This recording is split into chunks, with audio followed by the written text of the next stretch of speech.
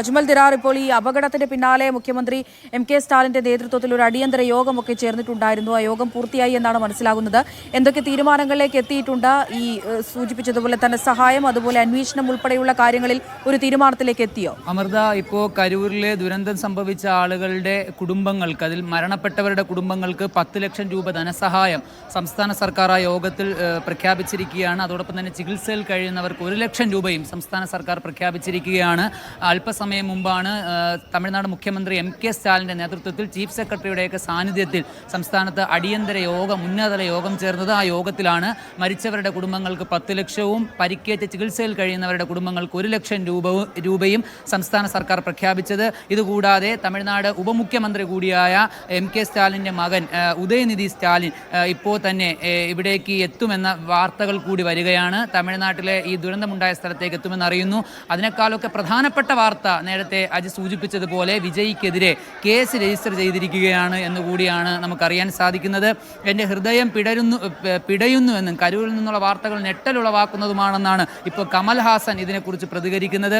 അതോടൊപ്പം തന്നെ ഈ പ്രതികരണങ്ങളൊക്കെ ഉണ്ടാകുമ്പോൾ നമ്മൾ നേരത്തെ പറഞ്ഞതുപോലെ കമൽഹാസൻ്റെ പ്രതികരണം വരുന്നു, നമ്മുടെ പ്രധാനമന്ത്രിയുടെ പ്രതികരണം വരുന്നു, രാഷ്ട്രപതിയുടെ പ്രതികരണം വരുന്നു, നമ്മുടെ സംസ്ഥാന മുഖ്യമന്ത്രി പിണറായി വിജയൻ ഈ വിഷയത്തിൽ പ്രതികരിച്ചിരിക്കുന്നു. അദ്ദേഹം ഈ പറയുന്ന തമിഴ്നാട്ടിലെ മരിച്ചവരും പരിക്കേറ്റവരുമായ കുടുംബങ്ങൾക്കൊപ്പം നിൽക്കുന്നുവെന്ന് അദ്ദേഹം അറിയിക്കുന്നു. അങ്ങനെ രാജ്യത്തിൻ്റെ വിവിധ ഭാഗങ്ങളിൽ നിന്നുള്ള പ്രധാനമന്ത്രി, മുഖ്യമന്ത്രിമാർ, സംസ്ഥാനത്തിൻ്റെ ഉത്തരവാദിത്തപ്പെട്ട നേതാക്കളൊക്കെ പ്രതികരണങ്ങളും അവരുടെ ഈ സംഭവത്തിലുള്ള ദുഃഖവുമൊക്കെ രേഖപ്പെടുത്തുന്ന വേളയിൽ പോലും വിജയ് മാധ്യമങ്ങളെ കാണാതെ, മാധ്യമങ്ങളോട് പ്രതികരിക്കാതെ അദ്ദേഹം മടങ്ങിപ്പോയിരിക്കുന്നു എന്നുള്ള വാർത്ത കൂടിയാണ് വരുന്നത്. ഇപ്പോൾ വരുന്ന വാർത്ത, കരൂർ ദുരന്തമുണ്ടായ ശേഷം മാധ്യമങ്ങളോട് പ്രതികരിക്കാതെ വിജയ് ചെന്നൈയിലേക്ക് മടങ്ങിപ്പോയി എന്നുള്ള വാർത്തയാണ് വരുന്നത്.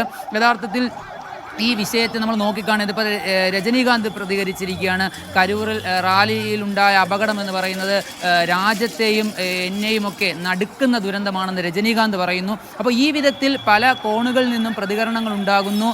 പലരും അതിനെ അപലപിക്കുന്നു, പലരും സംസ്ഥാന സർക്കാർ അതിന് വേണ്ട വിധത്തിലുള്ള ഈ ധനസഹായങ്ങൾ പ്രഖ്യാപിക്കുന്നു. സംഘാടകർക്കും വിജയ്ക്കുമൊക്കെ എതിരെ കേസ് രജിസ്റ്റർ ചെയ്യുന്നു. ഈ വേളയിലൊക്കെയും വിജയുടെ പ്രതികരണമാണ് യഥാർത്ഥത്തിൽ തമിഴ്നാട്ടിന് ആവശ്യമെന്നാണ് തോന്നുന്നത്. കാരണം ജനങ്ങൾക്കാണ്, സാധാരണക്കാരായ മനുഷ്യർക്കാണ്, അതും വിജയെ കാത്തുനിന്ന മനുഷ്യർക്കാണ് ഈ പരിക്കേറ്റിരിക്കുന്നു എന്നുള്ള വാർത്തയാണ്. ഇത് നമ്മൾ ഏറ്റവും പ്രധാനമായി ചൂണ്ടിക്കാണിക്കേണ്ട ഒരു കാര്യമെന്ന് പറയുന്നത്, നേരത്തെ അമൃത സൂചിപ്പിച്ചതുപോലെ ഇതിനെയൊക്കെ വളരെ ഒരു രാഷ്ട്രീയമായി മാറ്റുവാനുള്ള ശ്രമങ്ങൾ കൂടി തമിഴ്നാട്ടിൽ നിന്ന് വരുന്നു എന്നുള്ള വാർത്തയാണ്. അതിൽ ഏറ്റവും പ്രധാനം അണ്ണാമലൈ, തമിഴ്നാടിൻ്റെ മുൻ BJP അധ്യക്ഷൻ കൂടിയായ അണ്ണാമലയുടെ ഒരു സമൂഹ മാധ്യമ പോസ്റ്റാണ്. അദ്ദേഹം ഇതിൽ ദുഃഖം നേർന്ന് ഈ പറയുന്ന ആളുകളുടെ വേദനകൾക്കൊപ്പം നിൽക്കുന്നു എന്നൊക്കെ പറയുന്നതോടൊപ്പം അദ്ദേഹം പറയുന്നത്, പക്ഷേ ഒരു കാര്യം, അദ്ദേഹം ഒരിക്കലും വിജയെ ഏതെങ്കിലും തരത്തിൽ കുറ്റപ്പെടുത്തിക്കൊണ്ടുള്ള ഒരു കാര്യവും അണ്ണാമലൈ പറയുന്നില്ല. അദ്ദേഹം പറയുന്നത് തമിഴ്നാട്ടിൽ ഏതെങ്കിലും പ്രതിപക്ഷ കക്ഷികൾ ഒരു യോഗം സംഘടിപ്പിക്കുമ്പോൾ, ഏതെങ്കിലും തരത്തിലുള്ള ഒരു സമ്മേളനം സംഘടിപ്പിക്കുമ്പോൾ അവിടേക്ക് പോലീസിനെ കൊടുക്കേണ്ട ഉത്തരവാദിത്വം, അവിടുത്തെ സൗകര്യങ്ങൾ ഒരുക്കേണ്ടതിൻ്റെ ഉത്തരവാദിത്വം, അല്ലെങ്കിൽ ഏറ്റവും മികച്ച ഒരു സ്ഥലം കണ്ടെത്തിയിട്ട് അവിടെ പരിപാടി നടത്തണമെന്ന് നിർദ്ദേശിക്കേണ്ടതിൻ്റെ ഉത്തരവാദിത്വം മുഴുവൻ സംസ്ഥാന സർക്കാരിനും പോലീസിനുമാണെന്നാണ് പറയുന്നത്. അപ്പോൾ ഈ രണ്ട് വിഭാഗത്തിൻ്റെയും ഭാഗത്തു നിന്ന് വന്ന കൃത്യമായ വീഴ്ചയാണ് ഈ ദുരന്തത്തിലേക്ക് പോയത് എന്നാണ് അണ്ണാമലൈ ചൂണ്ടിക്കാട്ടുന്നത്. അതുകൂടാതെ അദ്ദേഹം പറയുന്ന മറ്റൊരു കാര്യം, DMK തമിഴ്നാട്ടിൽ എവിടെയെങ്കിലും ഒരു പരിപാടി സംഘടിപ്പിക്കുമ്പോൾ അവിടേക്ക് സംസ്ഥാനത്തെ മുഴുവൻ പോലീസിനെയും അയക്കുന്നു. അതിലേതെങ്കിലും തരത്തിലുള്ള ചെറിയ വീഴ്ചയും പോലും സംഭവിക്കാതിരിക്കാൻ വേണ്ടിയുള്ള എല്ലാ ക്രമീകരണങ്ങളും എല്ലാ സൗകര്യങ്ങളും അവിടെ ഒരുക്കുകയാണ്. പക്ഷേ അതൊന്നും മറ്റ് പ്രതിപക്ഷ കക്ഷികൾ പരിപാടി നടത്തുന്ന സമയത്തോ ആ സ്ഥലത്തോ നടക്കുന്നില്ല എന്നുള്ളതാണ്. അപ്പോൾ അതിൻ്റെ പൂർണ്ണമായ വീഴ്ച സംസ്ഥാന സർക്കാരിൻ്റെ ഉത്തരവാദിത്വത്തിന് കീഴിലാണെന്നും ഇത് കൃത്യമായി അന്വേഷിക്കുകയും കുറ്റക്കാർക്കെതിരെ നടപടിയെടുക്കുകയും ചെയ്യണമെന്നാണ് ബാക്കി തമിഴ്നാട്ടിലെ BJP നേതാക്കളിൽ നിന്നൊക്കെ വിഭിന്നമായ അണ്ണാമലൈ പറയുന്നത്. അപ്പോൾ ഇതിലൊരു കൃത്യമായ രാഷ്ട്രീയം തമിഴ്നാട്ടിലെ മറ്റ് രാഷ്ട്രീയ പാർട്ടികൾ കാണുന്നുണ്ട്. അതിൻ്റെ ഭാഗമായിട്ടാണ് ഇപ്പോൾ വിജയ്ക്കെതിരെ കേസ് വന്നിരിക്കുന്നതെന്ന് കൂടി ഒരു പക്ഷേ നമുക്ക് പറയാം. പക്ഷെ അങ്ങനെയൊക്കെ പറയുമ്പോഴും വിജയുടെ ഭാഗത്ത് നിന്ന് വന്ന വീഴ്ച, അല്ലെങ്കിൽ TVKയുടെ ഭാഗത്ത് നിന്ന് വന്ന വീഴ്ച ചെറുതല്ലാത്ത ഒന്നാണ്. 2026 നിയമസഭാ തെരഞ്ഞെടുപ്പിനെ മുന്നിൽ കണ്ട് തമിഴ്നാട്ടിലുടനീളം സംഘടിപ്പിച്ച ഈ പ്രചാരണ പര്യടന പരിപാടിയുടെ ഭാഗമായി, തെരഞ്ഞെടുപ്പ് പ്രചാരണ പര്യടന പരിപാടിയുടെ ഭാഗമായി സംഘടിപ്പിച്ച ഒരു സമ്മേളനമാണിത്. അവിടേക്ക് വരുമ്പോൾ വിജയ് സ്വാഭാവികമായും 60,000 പേരെ പങ്കെടുക്കാനും സംഘടിപ്പിക്കാനും ഉൾക്കൊള്ളാനും കഴിയുന്ന ഒരിടമാണെന്ന് വിജയ്ക്കും TVKക്കും അറിയാം.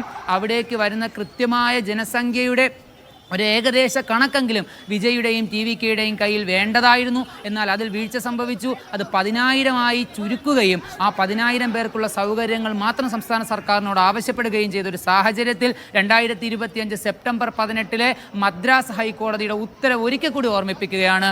തമിഴ്നാട്ടിൽ ഒരു പരിപാടി സംഘടിപ്പിക്കുന്നതിന് മുമ്പ് തമിഴ്നാട് സർക്കാർ അവരിൽ നിന്ന് സെക്യൂരിറ്റി ബോണ്ട് വാങ്ങിക്കുകയും തമിഴ്നാട്ടിലെ ഏതെങ്കിലും ഒരു പൊതു ഇടത്തിനോ പൊതുമുതലിനോ ഏതെങ്കിലും തരത്തിലുള്ള ഒരു നാശം സംഭവിക്കുന്ന സാഹചര്യത്തിൽ അവരിൽ നിന്ന് ഈടാക്കുന്ന തുക അതിലേക്ക് വകമാറ്റുകയും അപകടങ്ങൾ പറ്റുന്ന മനുഷ്യർക്ക് ധനസഹായം നൽകുകയും ചെയ്യാൻ അത് ഉപകരിക്കുകയും ചെയ്യുമെന്ന തമിഴ്നാട്ടിലെ മദ്രാസ് ഹൈക്കോടതിയുടെ ഉത്തരവ് നിലനിൽക്കുന്ന സാഹചര്യത്തിൽ കൂടിയാണ് ഇത്രയും വലിയൊരു പരിപാടി സംഘടിപ്പിക്കുമ്പോൾ ഏതൊരുവിധ മുൻകരുതലുകളുമില്ലാതെ, ആവശ്യത്തിന് പോലീസുകാരില്ലാതെ, ആവശ്യത്തിന് അടിസ്ഥാന സൗകര്യങ്ങളില്ലാതെ, ആവശ്യത്തിന് മെഡിക്കൽ ഉപകരണങ്ങളില്ലാതെ, എന്തിനാവശ്യത്തിന് അടിസ്ഥാന ആവശ്യമായ അവകാശമായ വെള്ളം പോലും കൊടുക്കാൻ കഴിയാത്ത വിധത്തിൽ ഉച്ചയ്ക്ക് 1 മണി മുതൽ കാത്തു നിൽക്കുന്ന മനുഷ്യരെ കാണാൻ വിജയ് വരുന്നത് 6 മണിക്കൂർ കഴിഞ്ഞിട്ടെന്നാണ് പറയുന്നത്. 6 മണിക്കൂർ കഴിഞ്ഞൊരു രാഷ്ട്രീയ നേതാവ് ഒരിടത്തേക്ക് കടന്നു വരുമ്പോൾ, പ്രത്യേകിച്ച് വിജയെ പോലെയുള്ള പാൻ ഇന്ത്യൻ താരമൂല്യമുള്ള ഒരാൾ കടന്നു വരുമ്പോൾ തിരക്കുണ്ടാകുന്നത്, തള്ളലുണ്ടാകുന്നത്, മനുഷ്യർക്ക് ആവേശമേറി വരുന്നത് അതിൻ്റെ ഉത്തുംഗ സംഘത്തിലേക്ക് പോകുന്ന സ്വാഭാവികമാണ്.